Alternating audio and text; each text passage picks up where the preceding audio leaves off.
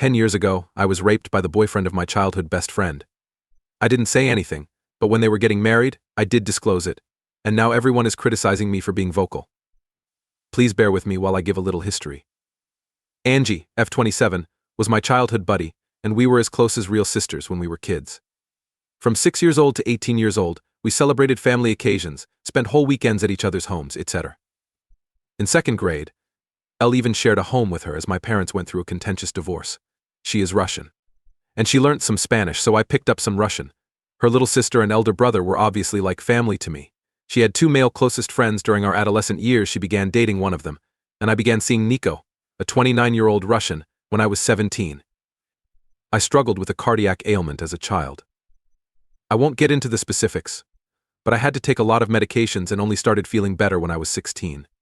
They didn't have to be taken every day, rather. I just needed to take them when my heart rate started to irregularly. At that point, my heart would cramp and I would begin to hyperventilate. Nico was aware of this, as well as the fact that I would black out if my medications were taken with alcohol. Because I was concerned about my health, I didn't smoke or drink much when I was younger and only did so at home or in a secure environment. Here, the legal drinking age is 16, so the only alcohol I consumed was wine or beer. I met Nico for the first time when I was 17, and he came over for a date night 2 weeks later when my parents were away at a retreat. Yes, I had a glass of wine. However, later on, I started having health problems, which made me take my medication and pass out. The next morning I felt a little sore, but I didn't give it much thought. When I tell Nico 2 weeks later that LM had my period, he becomes alarmed and admits they had been together while I was unconscious. He didn't give it much thought because we'd discussed it previously. He didn't seem to have a condom, but since I was on the pill, he seemed to think it would be okay. He also appeared in a tissue rather than on me. I was repulsed and defiled by myself. I told only Angie about it since I was at a loss for words. I was a complete mess for a few years and couldn't have sex till 2 years later. Even though I couldn't recall anything, I was too embarrassed to tell my mother or anybody else. Angie told me it's okay, I should split up if I feel awful about it. But we were in a relationship and had sex before, so I didn't think of it as rope at the time. I was too young to truly grasp what and how I was raped. The day after I ended our relationship, he seemed to be crying to her about his shattered heart. A few months later, Nico and Angie began dating since they were close and spent a lot of time together. I had to see him every time I went to see her. I informed her that LM was unable to see him, but she didn't get LM's perspective. We lost communication, and it has been years since we last communicated or saw one another. Even when I noticed that her brother was expecting his first kid, I continued to watch her and her family.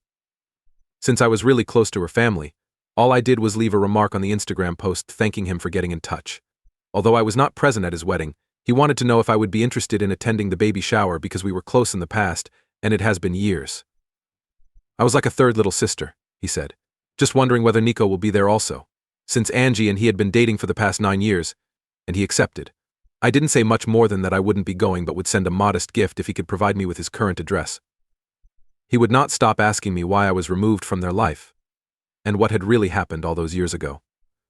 Angie informed her family that she couldn't see her with her ex, but her brother suspected there was more going on. I feel like I might be the arsehole at this point. I was honest with him regarding the events of that time.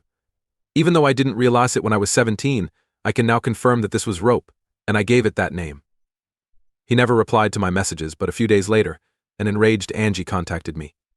Nico had intended to pop the question during the baby shower, but now that he knows why I broke up with Angie, his brother is opposed. She will stay with Nico because she loves him, but her brother has told her that she is no longer a part of his life since he doesn't want his young daughter to grow up with a rapist. Old friends from high school have been messaging me ever since, telling me that I should have disregarded it and kept it a secret. I no longer have the right to speak out because I didn't speak up then. Furthermore, I'm a terrible person for hurting someone else's life because of something he did 10 years ago when he was a youngster. Are I really such a jerk for raising my voice? Remarks to which Theop has responded. Oop may voice her concerns and reply to repeated remarks about how things might be done better. Whoa. I see now how foolish that was all, and that it was all rope. However, we were raised in a little town of around 5,000 people, so I'm not sure how things would have turned out if I had raised my voice. At the time, he was 2 years older than 19, and everyone was involved in each other's affairs. Then, as today, it would have produced sound. It has traveled around, and they are all still residents there. It's the reason so many of our former classmates are contacting us. The majority of those who still reside there have sent me angry texts. They support Nico, since they have known him their entire lives. When I was 20, I moved out, and quickly after that, my mom and I lost contact, like most people do. To receive such a vehement reply from those who have been a part of my childhood still tears my heart. And I sincerely appreciate all of your kind wishes. Thank you. Nico's life was not ruined by Oop. He carried this out on his own. Oop, I am aware that he is to blame for what occurred. The criticism I'm receiving is that it seems like he's changed, and Angie says that whatever he did in his youth shouldn't have destroyed him and has nothing to do with the daughter her brother will have. Thank you for verifying that what occurred to me is not invalidated by the possibility that he would act out or do anything in the future. I simply can't quit feeling horrible about how big of an impact this is making. Even though I don't want to see Nico or Angie, I've come to terms with what transpired in the past. Say what you want. But why are they targeting you instead than the brother? It's not you who is against the marriage. To be honest, that seems like victim blaming and sexism. Well, I suppose that's because I'm the outsider who destroyed their family and he's family. Many texts that I have received from folks who did not even have my number in the past. It's difficult to keep these remarks from breaking your heart, even when I'm doing my best to block them. NTA, the commenter, they reconciled so quickly after your breakup. I can't help but think if your buddy was trying to convince you to quit your relationship with Nico in order to get back together with him. Whoa. They've known each other for years, and 2 weeks before I broke up with Nico, she split up with her boyfriend, so I really don't think so. There are relatively few possibilities because our school only has 500 students and the town only has 5,000 inhabitants. Not counting the individuals our age from other communities. September 15th, 2024, an update. First of all, I would want to express my gratitude to everyone who went through my narrative and left comments. I made an effort to answer as many comments as I could after reading each and every one. It gave me the bravery to face the criticism I faced head-on and a glimmer of hope for sympathy for victims of rape. Update in mind. Reading all the comments supporting my decisions to speak up made me realize how insecure I was about my rights and how much I was attempting to prove myself right to anyone other than myself. This applied particularly to Nico and Angie. You're all correct. Nico would have sought to make apologized, or contacted out if he had changed. Either earlier in his life, or when information reached him via his brother-in-law. If Angie, my former best friend, had any regard for me as a person or the time we spent together, she ought to be able to feel some kind of sympathy. Her responses indicated that I shouldn't think twice before acting. I believed I had moved on from the rope as best I could when I started going to therapy at age 21. But I didn't realize how humiliated I still felt over an incident that wasn't even my fault nearly 10 years later. At the time, I was concerned that others would perceive me differently and felt embarrassed to speak up. However, I still felt guilty for speaking out today, so I'm making an effort to accept responsibility for my experiences and stop apologizing for the actions of others, particularly considering that they don't even respect me. What has transpired since then? I saved all of the offensive messages I received on WhatsApp so I wouldn't have to read them later on, but I would still have the documentation if I needed it. The day after the event, Angie's mother contacted me and started weeping. Throughout our 10 years of acquaintance, I saw her as an aunt, almost like a second mother, so I shouldn't have answered the phone. She used to joke that even though her kids would run about the house doing whatever they wanted, I would always make time to have a cup of tea and chat with her, giving her more affection and attention than her own kids. She expressed her regret for my past experiences in my childhood, but she found it hard to accept that I would jeopardize Angie's happiness over something like that. Their family is now split, and Angie is devastated, as her brother refuses to accept Nico into the family and she sticks by Nico's side. She has come to regard Nico as family as well, and has only ever known him as a kind young man who she is certain would bring joy to her daughter. It was simply a broken-hearted mother who pretended to understand my suffering and see the flaw in me, no foul language or irrational remarks. I refused to apologize or take it back when Angie's mother attempted to persuade me to, since I don't think I did anything wrong. I think Nico hasn't changed. Despite all that has happened, he's simply finding a better way to hide it. He is aware of how others are supporting him and his actions, therefore he does not need to alter. And I had no desire to participate in that. I tried to correct Angie's mother every time she mentioned using the term rope, but she never once did. We kept talking, but it didn't make sense, so I stopped trying to identify it so she could comprehend it better. Instead, she would simply start crying harder. My mom and Angie's mother used to communicate with one another, and following our conversation, she contacted her. Given that my mom comes from a more traditional family, I was worried that she would find out. We spoke for a while, and while I haven't met her in person yet, she apologized for not being there for me, or for not giving me the impression that I could communicate to her. I did my best to reassure her, but when she inquired as to whether my present boyfriend was aware that I had been exploited in that way, I became enraged. She implied it was something that made me less valuable or attractive, and she was afraid my boyfriend would leave me if he found out. I hung up on her when she urged me to keep it a secret from our family both here and overseas. She was behaving as though it were a shame, just as I had feared she would. It was particularly difficult because I'm making every effort to get over my embarrassment. Although she has now apologized, it's obvious that she no longer thinks the same of me. Although I'm not sure how to handle it now, it will be a concern in the coming weeks. I apologize to Angie's brother Sven again for the mess I made, as several of you advised. I'm relieved that it's now public knowledge, and I'm delighted that he's standing up for his family. I would like to send him a gift card, so I inquired whether his previous email address was still active. He remained silent. Nonetheless, 2 days ago, his wife sent me a message. She thanked me for alerting them to Nico and spoke up. It seems that she experienced some difficult times. Nico made some jokes, and looking back, she understands why. They both saw Angie since then, but not Nico. Sven reportedly told her as soon as he received my first SMS. She, along with their newborn daughter, won't share a room or a house with him. After several visits from Angie's mother pleading with Sven to forgive Nico, Sven finally gave up. Nico and Angie will tie the knot. His wife won't be there, but Sven will. He is welcome to stay with the family, but he is not permitted to speak with Sven's wife or daughter. Angie is not the target of such limitations. Sven was suffering from attempting to allay his mother's fears, since he was unable to stand up to them and ignore them totally. They reached this deal without his wife's consent, and she informed me she's doing all in her power to keep them out of their lives permanently.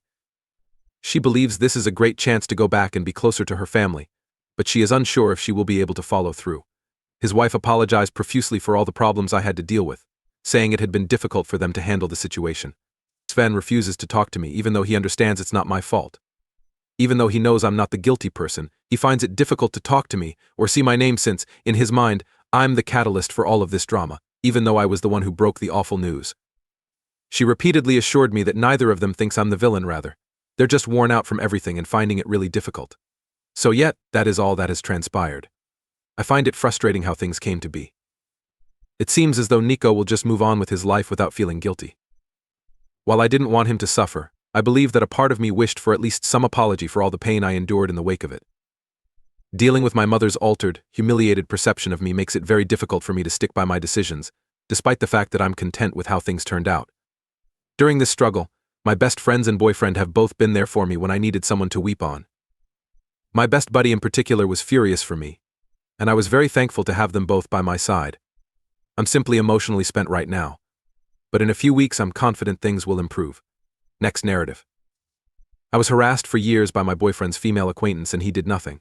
When I did eventually break up with him, she furiously denied everything in a mail, and his other pals stood with me. I need some other people's perspective since I'm not sure whether I'm being really irrational and envious over this. We share a flat and I, 29F, have been with my BF 30M for 3 years. Before I was born, he had been acquainted for years with a woman named Nell, 34F. I had male friends, so I didn't mind that they were close, and I also understood that making snap judgments would be hypocritical, but at this point, I feel like my opinions on her are valid. It was very clear to me when I first met Nell that she didn't like me. She entered the pub, thrilled to see my boyfriend, but she didn't spot me right away. She shook my hand and pressed her nails into my flesh, then completely altered her attitude and ignored me for the remainder of the evening. I grabbed the seat next to my boyfriend and departed discreetly halfway through the evening without saying goodbye, and at one point she even appeared irritated about it. It's reasonable to say that I didn't have a positive first impression of her, but I made an effort to convince myself that I didn't have to be friends with my boyfriend's friends and that not everyone gets along. But as time went on, it was abundantly evident that Nell's attitude towards me was staying the same. In front of large crowds, she had a habit of openly making fun of my looks or voice, or joking about. When I would approach my boyfriend about it after the event, he would claim that he hadn't noticed, but he would just stand there and say nothing. Additionally, she would pretend to embrace him goodbye and goodbye rather than me. It was difficult to pinpoint exactly what she'd done since she would mash that type of stuff in with smiles and general kindness. It was almost as if I was back in high school. I just stopped attending events she was at after that, deciding I didn't need someone like her in my life. It's been over a year since I saw her. Even now, my boyfriend still sees her frequently and texts her. At this point, I firmly believe that they are now dating or have been together in the past. I've made an effort to gently bring this up, but he insists they never dated and is enraged that I'm asking. In the end, I repress those emotions until something triggers them once more. It's at the end of its useful life for me. The other day, my boyfriend left his phone open, and I happened to see them texting each other. That was the last straw for me. My boyfriend had written something about how he was thinking of her, and Nell had given him a heart-shaped emoji. I should have said something right then and there, but I was feeling numb. So I went to bed. I'm attempting to determine how to respond to this. Is it conceivable that nothing is happening at all? I've tried debating it in my mind, but every time I think I have a better idea, something new comes up. Perhaps friends really do only give hearts, and I'm just making this up to spite Nell. That is not what I want to happen. I'm very much to the point where I think I can't keep the relationship going until he tells me the truth and limits his contact with Nell. I want something to change, but I'm not sure how to go about it because I feel disrespected all the time. Any guidance would be really appreciated. Update. Firstly, let me start by genuinely thanking everyone for their wonderful remarks. I was surprised by the number of answers and find them all extremely meaningful. A lot has transpired, so I wanted to give everyone an update. A few days ago, after much introspection and tears, I concluded that ending the relationship would be in my best interests. I sat down with my boyfriend and discussed the situation with him.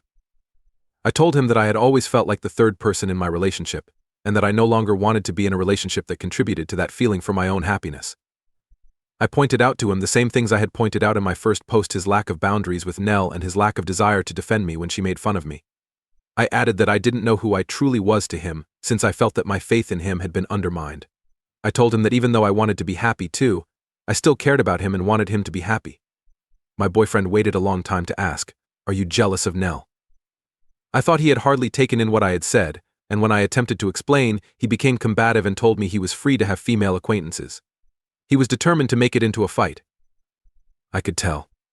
I terminated the chat since I had already made up my mind and said what I wanted, and he pretended to be absentee as I collected my belongings and departed.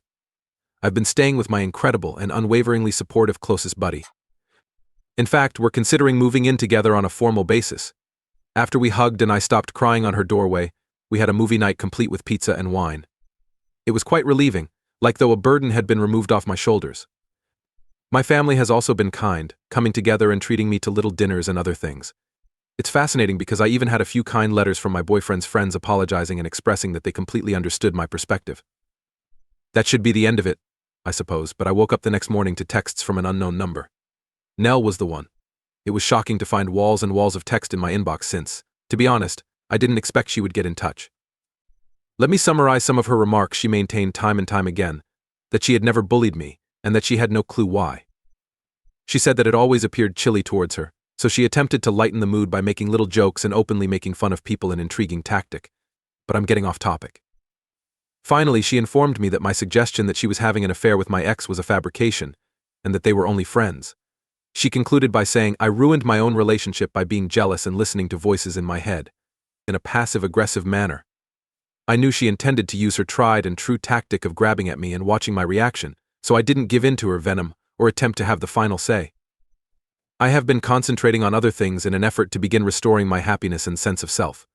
I'm delighted my ex hasn't made an effort to get in touch with me since I left. To be honest, I believe that he and Nell are meant to be. This is really it for me, and I'm looking forward to new experiences in my life. I received a promotion at work today, and my friend and I are setting up to move in together formally. It was like a tiny embrace from the cosmos, in my opinion. Overall, everything appeared promising. I'd want to thank everyone once more for their messages before I go. It was probably reading your comments and writing a post that truly opened my eyes and gave me the permission to walk away. It feels good to finally feel like I'm putting myself first.